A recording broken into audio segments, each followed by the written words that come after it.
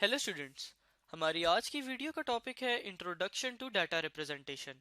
इस वीडियो में हम लोग देखेंगे कि हमारा कंप्यूटर जो है डाटा को रिप्रेजेंट किस तरह करता है, यानी कि वो डाटा को अंडरस्टैंड किस तरह करता है।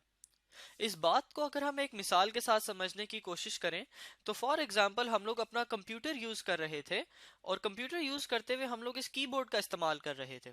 और कीबोर्ड को जब हम लोग इस्तेमाल कर रहे थे तो हमने ये मुख्तलिफ यहाँ पे बटन्स देखे, मुख्तलिफ कीज देखी। जिस तरह आप यहाँ पर देख सकते हैं ए लिखा हुआ है, बी लिखा हुआ है और मुख्तलिफ और हमारे पास कीज हैं जिनके ऊपर हमारे पास मुख्तलिफ तरह का डाटा मौजूद है। डाटा हमारे पास किस किस तरह का मौजूद है? फॉर एग्जाम्पल हमारे पास इंग्लिश अल्फाबेट्स मौजूद हैं, यानी कि ए बी सी और इसी तरह सारे इंग्लिश अल्फाबेट्स मौजूद हैं। इसी तरह हमारे पास 1 2 मौजूद है, आप लोग यहाँ पर देख सकते हैं। और जितने भी घरों में हमारे नॉर्मल जो कीबोर्ड्स इस्तेमाल हो रहे होते हैं उन तमाम कीबोर्ड्स पे ये हमारे पास कीज होती हैं जिनके ऊपर कुछ डाटा लिखा हुआ होता है। अब जब भी हम लोग यहाँ पर कोई बटन दबाते हैं, कोई की को प्रेस करते हैं, तो जो डाटा उसके ऊपर लिखा हुआ होता है उस डाटा को हमारा कंप्यूटर किस तरह समझता है।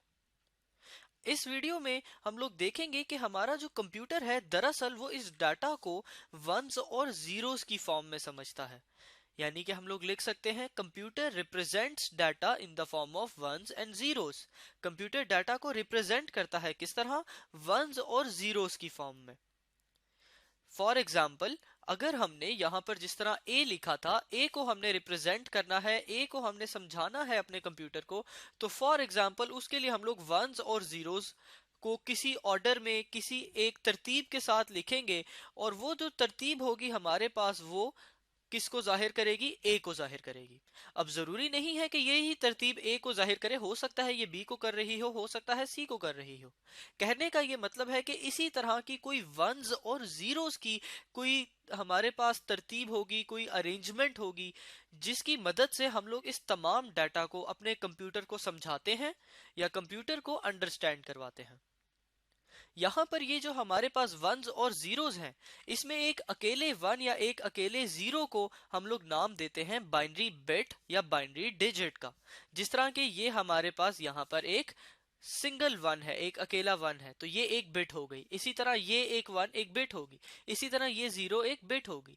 ये जितने भी वंस और जीरोस लिखे गए हैं इनको हम लोग बाइनरी डिजिट या बाइनरी बिट का नाम देते हैं। और इन्हीं की मदद से यानी वंस और जीरोस की मदद ही लेकर हम लोग डाटा को, जिस मर्जी तरह का डाटा हो जाए वो फॉर एग्जांपल इंग्लिश का कोई अल्फाबेट हो जाए या मैथ्स के हमारे पास कुछ नंबर्स हो जाए या हमारे पास कोई स्पेशल कैरेक्टर हो जाए, फॉर एग्जांपल डॉलर साइन या इसी तरह हमारे पास स्टार का साइन, तो ये जो स्पेशल कैरेक्टर्स भी होते हैं इनको भी हम लोग इन्हीं बिट्स की मदद से अपने कंप्यूटर को समझाते हैं। अब आगे चलते हैं और इस चीज को देखते हैं कि हमारा कंप्यूटर जो है जब भी हम लोग कोई बटन प्रेस करते हैं या जब भी हमारे पास कोई डाटा आता है तो उस डाटा को इस वंस और जीरोस में कैसे कन्वर्ट करता है। क्योंकि हमने तो ए दबाया, ए का बटन दबाया, तो कंप्यूटर को किस तरह पता चलेगा कि उसके लिए कौन सा कॉम्बिनेशन होगा, यानी कौन सी तरतीब होगी वन और जीरो की। आइए देखते हैं। यहाँ पर अगर हम लोग देखें कि हम लोग अपने कंप्यूटर के अंदर डाटा को रिप्रेजेंट करना चाहते हैं तो इससे पहले हम लोग कंप्यूटर को समझते हैं। कंप्यूटर दरअसल जिस तरह के आप लोगों को मालूम है हमारे पास एक इलेक्ट्रिकल डिवाइस है, यानी कि ये एक हमारे पास ऐसी डिवाइस है जो इलेक्ट्रिसिटी यानी कि करंट की मदद से चलती है।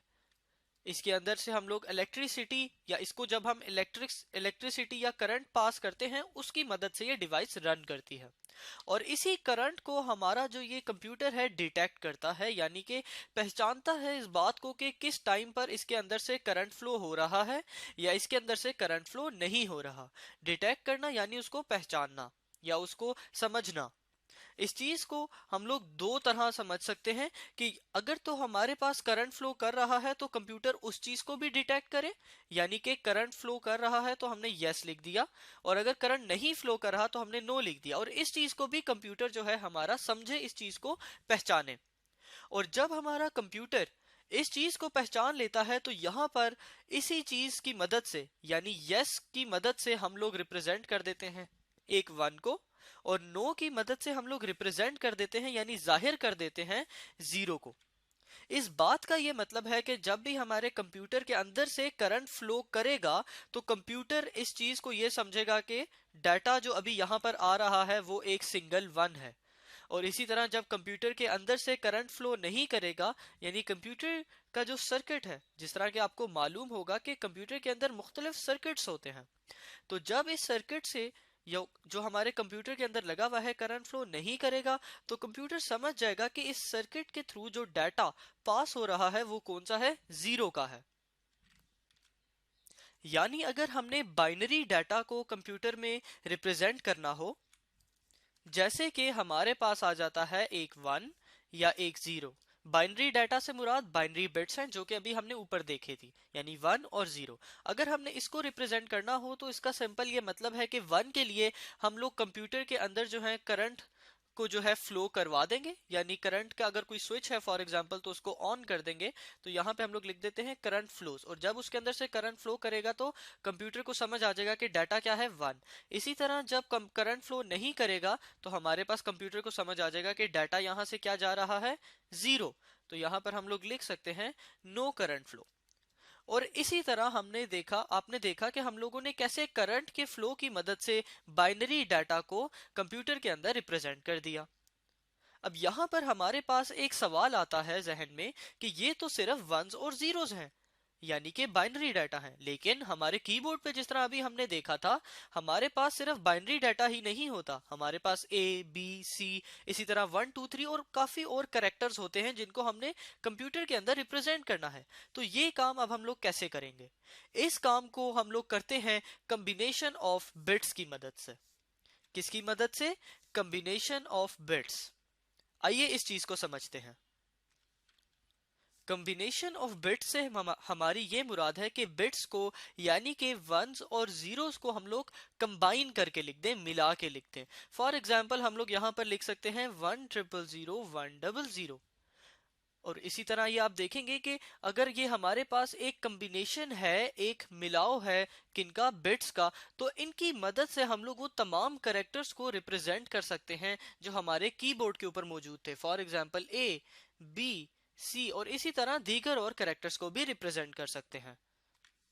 इस चीज की अगर हम लोग एक मिसाल देखें तो हमारे पास अगर मैं एक कॉम्बिनेशन लिखूं बिट्स का 10001 100, तो ये हमारे पास रिप्रेजेंट करता है हमारे कीबोर्ड पे मौजूद डी लेटर को, इंग्लिश लैंग्वेज के अल्फाबेट डी को। यानी इस बात का ये मतलब है कि मैंने डी को रिप्रेजेंट करना हो तो उसके लिए मेरे पास कोई कम्बिनेशन मौजूद होगा वंस और जीरोस का।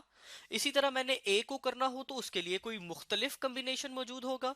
इसी तरह बी को करना हो, सी को करना हो, वन हो गया, टू हो गया, या और कोई स्पेशल करेक्टर जिस तरह के डॉलर साइन या स्टार, सबके लिए हमारे पास एक मुख्तलिफ जो है कम्बिनेशन मौजूद होता है वंस और जीरोस का। और वन और जीरो हम लोग किस तरह रिप्रेजेंट करते हैं? करंट के फ्लो की मदद से। और इन्हीं को रिप्रेजेंट करके हम इनको मिलाकर लिख देते हैं, इनको कंबाइन कर देते हैं, तो हम लोग बाकी कैरेक्टर्स को भी रिप्रेजेंट कर लेते हैं। अब यहाँ पर हमारे पास एक बड़ा इंपॉर्टेंट सवाल आता है जहन में कि क्या हमें ये तमाम कॉम्बिनेशंस याद करने पड़ते हैं? फॉर एग्जाम्पल अगर हमने अपने कीबोर्ड पर ए दबाया या बी दबाया या सी दबाया, तो क्या हमें ये याद होना चाहिए कि उस ए के लिए हमारे पास बिट्स का कॉम्बिनेशन क्या है? तो इसका जवाब है बिल्कुल नहीं। क्यों? क्योंकि हमारे पास एक टेबल होता है जो कि कंप्यूटर के अंदर सेव्ड होता है, जिसको हम लोग आस्की टेबल कहते हैं, यानी कि American standard code for information interchange. ये हमारे पास एक ऐसा टेबल होता है जिसके अंदर ये तमाम इंफॉर्मेशन पहले से सेव कर दी जाती है। कौन सी इंफॉर्मेशन? ये इंफॉर्मेशन कि हमारे पास कौन से करेक्टर के लिए कौन सा कॉम्बिनेशन है।